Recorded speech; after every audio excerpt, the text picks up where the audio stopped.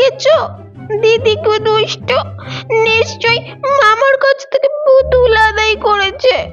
আবার আমি না দেখিয়ে মায়ের কাছে লুকিয়ে রাখা হয়েছে। এখনই দেখাচ্ছি মজা।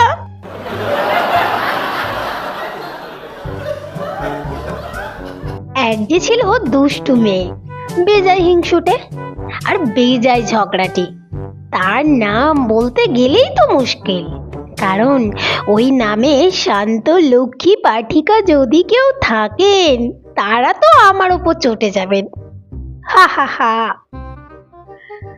নমস্কার বন্ধুরা, স্মৃতির অলিগলিতে তোমাদের সকলকে স্বাগত। গল্প পাঠে রয়েছি আমি রেশমি। আজকে তোমাদের শোনাবো সুকুমার রায়ের এক অসাধারণ ব্যঙ্গ রসাত্মক সৃষ্টি হিংসুটে। হাসির আড়ালে লুকিয়ে আছে এক মিষ্টি শিক্ষা। চলো একবার ঢুকে পড়ি সুকুমার রায়ের অবিশ্বাস্য পর্যবেক্ষণ আর মজা মিষ্টির লেখার জগতে। অবশ্যই সাবস্ক্রাইবের বাটন ধরে ঝুলে পড়ো আর টুং করে আওয়াজ দিতে ভুলোনি যেন। আজকের গল্প সুকুমার রায় বাংলা সাহিত্যের অন্যতম শ্রেষ্ঠ রচয়িতার লেখা। তার সৃষ্টির চরিত্র, ভাষা আর ব্যঙ্গরসের বাংলা শিশু ও কিশোরের মনে আজও সমানভাবে জনপ্রিয়। এই গল্পটি সম্পূর্ণরূপে সাহিত্য চর্চা ও শিক্ষামূলক বিনোদনের জন্যই নির্মিত। মূল গল্পের কৃতিত্ব সম্পূর্ণভাবে লেখক ও তার প্রকাশকদের। হিংসুটির দিদি বড় লক্ষ্মী মেয়ে, যেমন কাজে কমবে তেমনি লেখাপড়ায়। হিংসুটির বয়স 7 বছর হয়ে গেল, এখনো তার প্রথম ভাগই শেষ হলো না। আর তার দিদি তার চাইতে মোটে 1 বছরের বড়। সে এখনো বোধোদয় আর ছেলেদের রামায়ণ পড়ে ফেলেছে।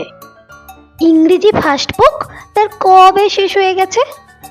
হিংসুটি কিনা সবাইকে হিংসে করে, সে তো দিদিকেও হিংসে করত। দিদি স্কুলে যায়, প্রাইজ পায়, হিংসুটি খালি বকুনি খায় আর শাস্তি পায়। দিদি যেবার ছবির প্রাইজ পেলে আর হিংসুটি কিচ্ছুটি পেলে না, তখন যদি তার অভিমান দেখতে, সে সারাটা দিন ফুপিয়ে ফুপিয়ে গাল ফুলিয়ে ঠোঁট বাঁকিয়ে বসে রইল, কারোর সঙ্গে কথাটি বলল না। তারপর রাত্রির বেলায় দিদির অমন সুন্দর বইখানাকে কালি ঢেলে মলাট ছিঁড়ে কাদায় ফেলে নষ্ট করে দিল। এমন দুষ্ট হিংসুটে মেয়ে। হিংসুটির মামা এসেছেন, তিনি মিঠাই এনে 2 বোনকে আদর করে খেতে দিয়েছেন। হিংসুটি খানিকক্ষণ তার দিদির খাবারের দিকে তাকিয়ে তাকিয়ে ভ্যাঁ করে কেঁদে ফেলল। মামা ব্যস্ত হয়ে বললেন, কিরে কি হলো, জিভে কেমন লাগলো নাকি? হিংসুটির মুখে আর কথা নেই, সে কেবলই কাঁদছে। তখন তার মা এক ধমক দিয়ে বললেন, কি হয়েছে? তখন হিংসুটি কাঁদতে কাঁদতে বলল, দিদির ওই রসমন্ডিটা আমার চাইতে বড়। তাই শুনে দিদি তাড়াতাড়ি নিজের রসমন্ডিটা তাকে দিয়ে দিল। অথচ হিংসুটি নিজে খাবার যা পেয়েছিল তার অর্ধেকই খেতে পারল না, নষ্ট করে ফেলে দিল। দিদির জন্মদিনে দিদির নতুন জামা নতুন কাপড় দেখে হিংসুটি চেঁচিয়ে বাড়ি মাথায় তোলে। একদিন হিংসুটি তার মায়ের আলমারি খুলে দেখে লাল জামা গায়ে লাল জুতো পায়ে টুকটুকে রাঙা পুতুল বাক্সের মধ্যে শুয়ে আছে। হিংসুটি বলল,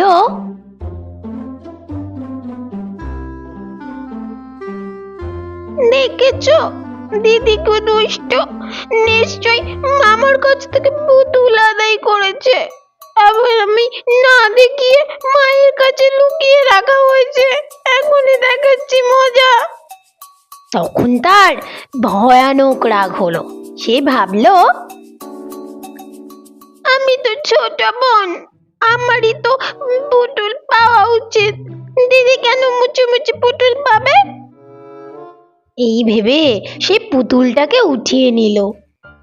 কি সুন্দর পুতুল, কেমন মিটমিটে চোখ আর ফুটফুটে মুখ, যেমন কচি কচি হাত পা তেমন টুকটুকে জামা কাপড়। এরপর হিংসুটি নিজের মনে মনে বলল, ভালো ভালো জিনিস সব কিনে দিদি পাবে, আমার ভাগে কিছুই নেই। হিংসুটির চোখ ফেটে জল এলো। সে রেগে পুতুলটাকে আছড়িয়ে মাটিতে ফেলে দিল।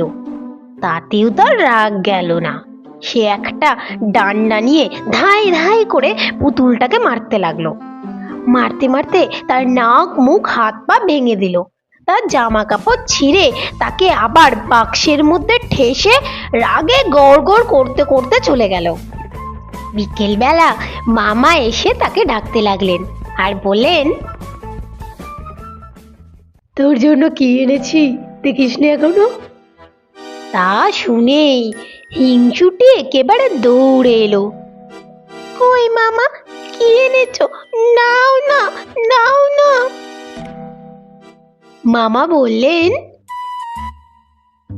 আহা, মায়ের কাছে গিয়ে দেখ কেমন সুন্দর পুতুল এনেছি। হিংসুটি উৎসাহে নাচতে লাগলো। মাকে বলল, মা, কোথায় রেখেছো মা?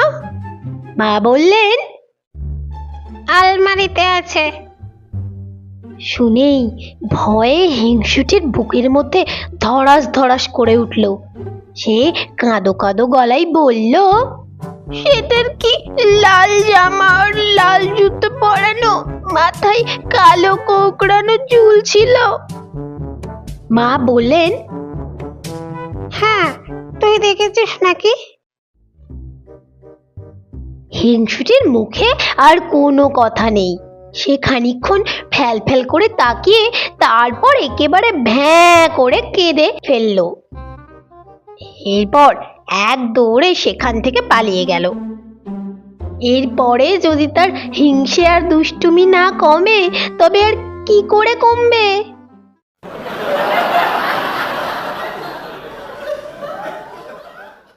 তোমরা শুনলে সুকুমার রায়ের লেখা হিংসুটে।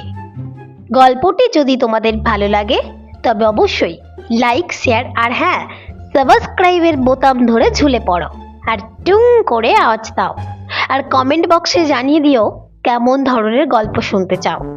ততক্ষণ পর্যন্ত শুনতে থাকো স্মৃতির অলিগলি, যেখানে প্রতিটা গল্প জাগিয়ে তোলে ঘুমিয়ে থাকা স্মৃতিগুলোকে।